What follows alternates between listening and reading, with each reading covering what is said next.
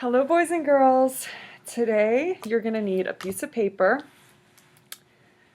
fine point and ultra fine point Sharpie markers if you have them. If you don't, you can just use any marker or a black pen, or you could always just use pencil, and you would need an eraser most likely.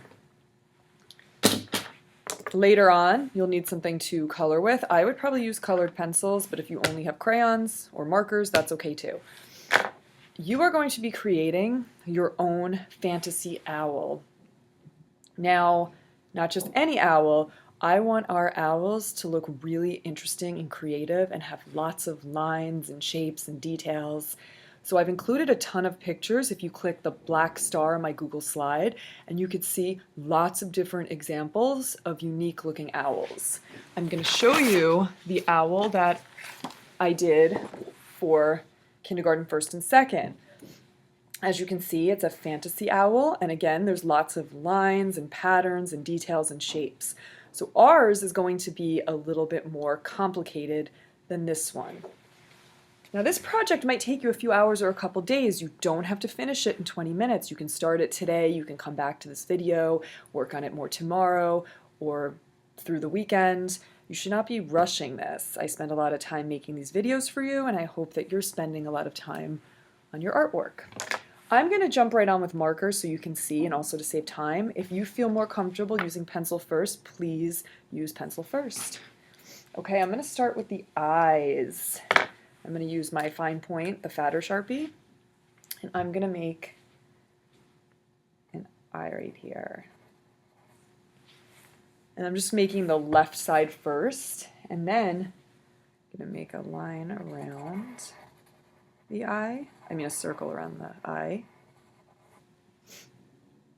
And then I'm going to start creating details.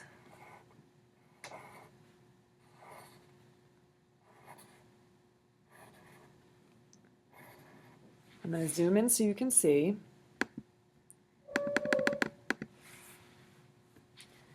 Now,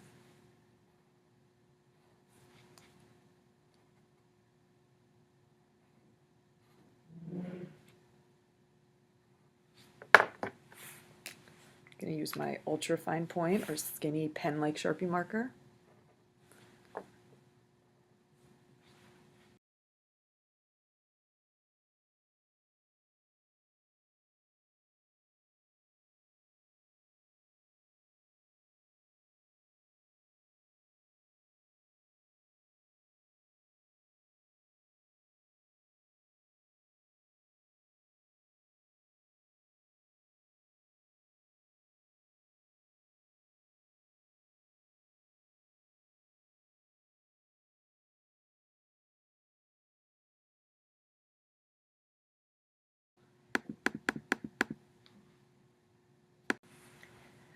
So here you can see that I used two different markers, a fatter point Sharpie and a more skinny tip like a pen, to create this eye.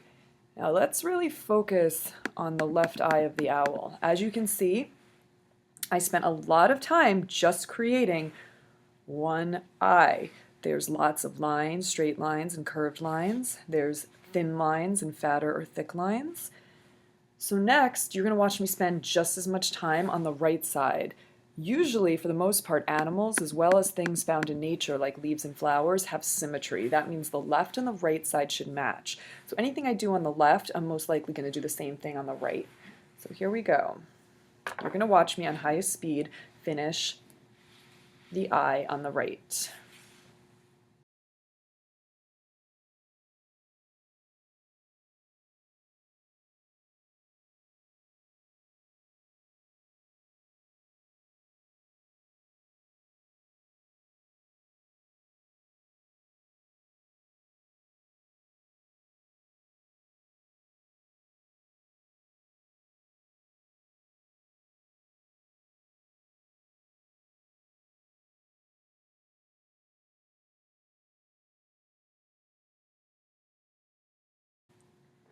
Okay, there are my two eyes. They kind of look like kaleidoscopes. I love how owls have nice, big, oval or circular eyes. What's so interesting about them is that usually their noses are rather thin or skinny, so you're going to watch me make a thin nose. Remember, you never have to copy what I'm doing. You can always create your own, and you can always get ideas from the pictures. If you click the black star on my Google slide.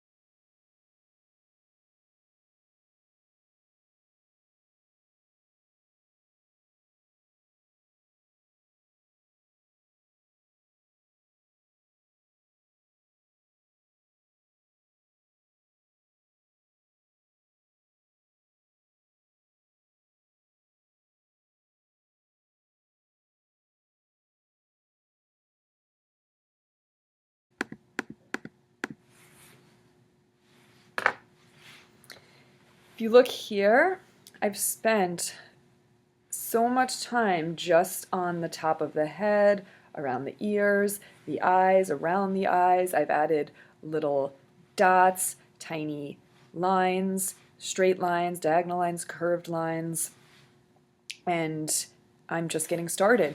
So over the next few minutes on high speed, you're going to watch me finish the body. I'm going to add some wings, and I hope you enjoy watching me and you get some ideas from watching me. And then I'd like you to create your own. You can always pause this video at any time, watch me work on yours, fix or erase yours if you don't like it. You can always start over. This takes time and practice. This is actually my second one. I worked on one yesterday and I wasn't that happy with it, and now I'd like to work on another one that I think is coming out even better because I'm adding more details and I'm going slower.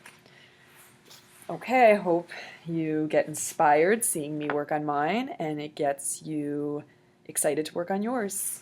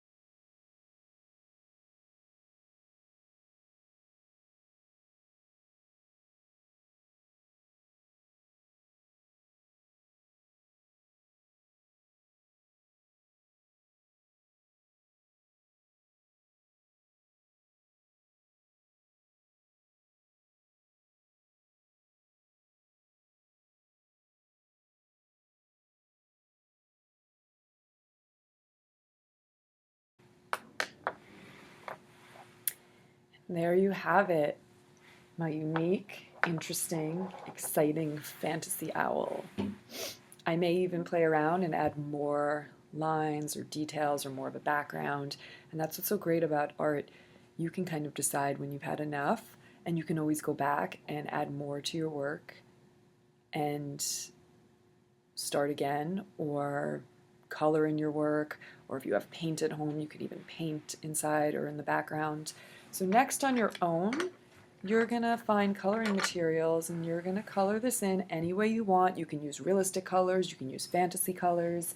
If you don't have coloring materials at home, that's okay. I'd love to just see the drawing you come up with, even if you only have pencil. I'd still love to see your work. If you know how, snap a pic and upload it onto Google Classroom so I can see it. And I'll see you on here next time. Bye, have a wonderful week.